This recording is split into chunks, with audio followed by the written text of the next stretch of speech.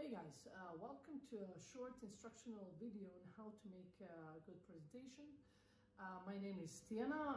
I'm an astrophysicist, also a university professor, and I basically have been making presentations for the past 20 years or so, and this is a skill I picked up along the way just by having to make so many presentations. But I've noticed that a lot of people, including my students, are struggling with this and struggling with how do you make a good presentation, how do you deliver a good presentation. So basically I started giving many talks on this, and here I just compiled a short list, call it 10 commandments for a good presentation, 10 most important what I think are most important rules and tips and tricks that if you apply to when you're making a presentation, it will improve it quite so. So without further ado, here's my list. So what's rule number one? Rule number one is know thy audience. So every time basically someone asks me to give a talk, to make a presentation, I ask my first question is, okay, who's the audience? So what is their background? What do they want to know? What do you want to teach them? What's the main message? And because of that, basically that shapes your presentation, that shapes your talk. You never want to have the same talk, to give the same talk to different audiences. You always want to adjust your talk towards your audience, what they expect, what they know, are they young, are they old, are they high school students, are they university students, you know, whatever is specific for the audience. So always adjust your talk for the audience and always personalize it a bit. That's always a nice touch, because when you personalize it, when they see that there is something in your presentation just for them, they think, okay, so this person, you know, put in some effort to make this presentation so for me, so I'm gonna listen more attentively. So make sure to adapt for the audience. Rule number two, adapt for the audience, but be yourself. Stay true to yourself. I've seen it happen many times when people are on stage. They want to put on a show, but sometimes they do it. They go overboard. They go too much out of their comfort zone, and the problem with that is then you start sounding fake. And sounding fake is the last thing you want to do when you're making and delivering presentation, because you know your presentation, you're selling a story, you're pitching an idea, you have a message to spread, and you want your audience to buy that message, to buy that story. So you never want to sound fake, and going too much outside of your comfort zone will do that to you. For example, I've heard a lot of talks and trainers who talk about, oh, the stage and how do you deliver, how do you speak on stage and so on. Talk about, oh, watch out for your hands. You don't never want to have your hands like this, so you might as well take a pen or something so that your hands will be here. And then I realized that that's not for me, because I'm really, when I speak, I'm really dynamic when I'm teaching, so my hands are all over the place. So I decided, okay, this is not for me. This is another rule that I will apply to myself. So I'll apply something, but that would be too much out of my comfort zone if I had to think all the time over my hands. So I wouldn't be thinking enough about the content and about the message. So yeah, you want to adapt for the audience and for the occasion, but you don't want to do it too much, up to the point where you start sounding fake. Okay, so rule number three, be the audience. Put yourself in the audience's shoes. Now, that is something we often forget when we start making our own presentations and giving our own talks. We forget about all the bad talks and bad presentations that we've seen, that we've sat through, and sometimes we repeat doing exactly the same things. So you want to avoid that. So when you're making your talk and making your presentation, try to remember all the things you did not enjoy in others' talks and presentations, and try not to repeat that, but remember all the fun and good and interesting, inspiring talks you've seen, and try to emulate something like that.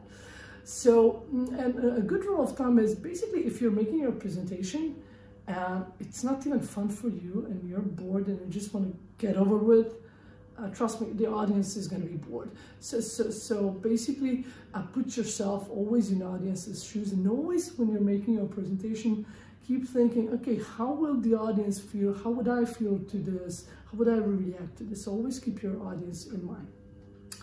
Number 4, practice, practice, practice, practice. So practice makes perfect. Why say that? Well, because actually in my experience, it happened to me a lot of times that I sit, I make my talk, I make my presentation, and I'm pretty happy with it. You know, like, okay, I did a great job with this actually. So should I practice? Nah, I don't feel like it. I don't have much time.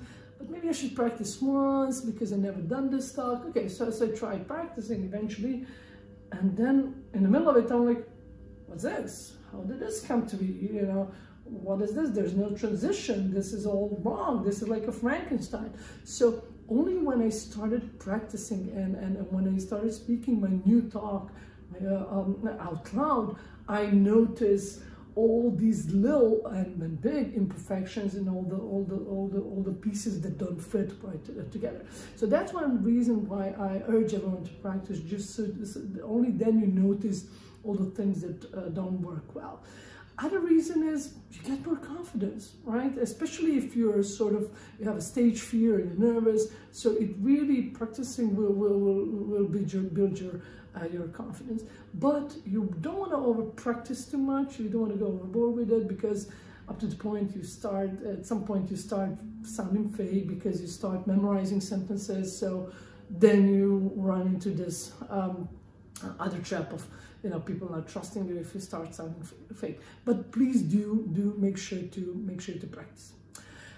Number 5, structure your talk. So structure your presentation so that it has a clear introduction, clear middle, a clear conclusion, so that it's structured like, you know, textbook case, like setup, confrontation, resolution. And you never want to, you don't want your presentation to be like, for instance, like a David Lynch movie, in the sense that people are lost, they have to rewatch it again, so they don't know what's happening.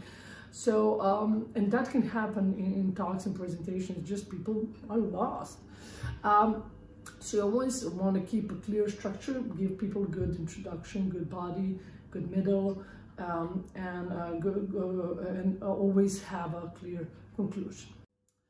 Number 6, keywords. Okay, so what I mean by keywords is part of words that essentially define a main message of your presentation. One problem with giving presentations is that there's just so many things we say, you know, there's so many things you can say in a minute, and that's just too much information. And people will not remember that. That's just a fact, you know, tomorrow they won't remember your talk. But what you want people to remember is your main message, your main idea. And you want them to remember that in a month or in a year.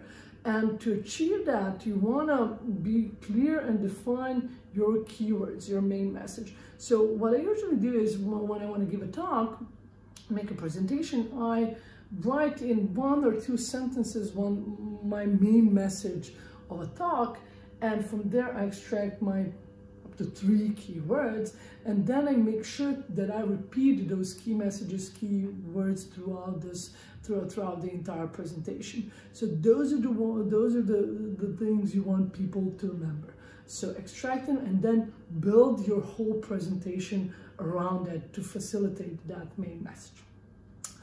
Number 7, don't overcrowd. Less is more. Okay, so this is a trap, a very common trap that people fall into when they have presentations and slides, and there's just so much room to write so many things and put so many pictures. And especially if you feel like there's not much time for you to say everything, you just put everything in there. Don't do that. Just don't do that.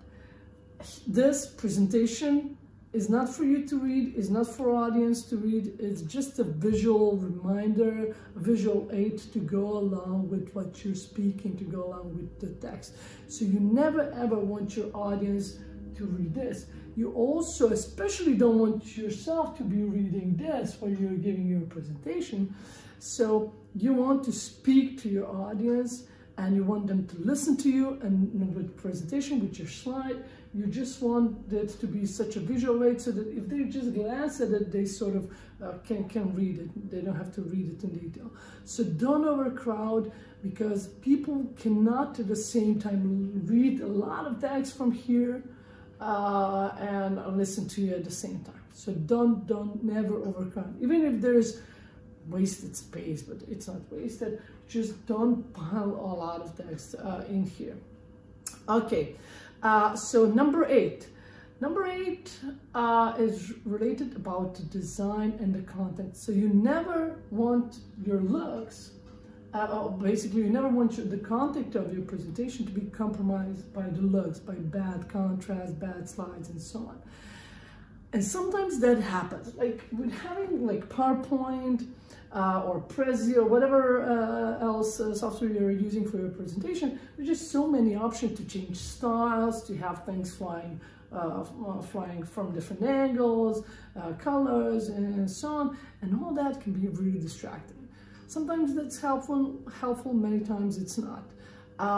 You never want to have like bad contrast or something that gives you a headache, like big red slides and red letters or something like that.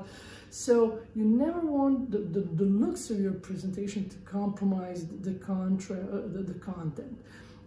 For instance, I mean, I could not make a good design with presentation for the life of me. That's just not me, so I just stick with the black and white thing. I know it's safe, it's easy to read, and so on. If you're a graphic designer, of course, I mean, it's very important that your slides look good, but otherwise, just try not to, you can mess it up easily, so pay attention not to mess up your content with bad looks of your slides. Number 9, eye contact. Okay. This is an important one, and it's important because with eye contact, establishing an eye contact with the audience, you establish a rapport. You establish this connection between you and the audience, which is very, very important because you want them to trust you. You want them to buy the story you're selling, and you achieve that with eye contact. If you're looking, not looking at them, they're like, okay, what is this person avoiding? What is this person hiding? So you always want to have an eye contact. Now, don't go overboard with that. You don't want like, here's Johnny eye contact. No contact. You want, very pleasant. You want to appear pleasant. That might be a problem if you're, for instance, shy and you already have a stage fear and so on. But you can fake an eye contact, right? So you can basically just look in the general direction of the audience and just basically look through them, and everyone will think, oh, you're looking at the next person, but you're not in fact looking at anyone. You're just faking eye contact.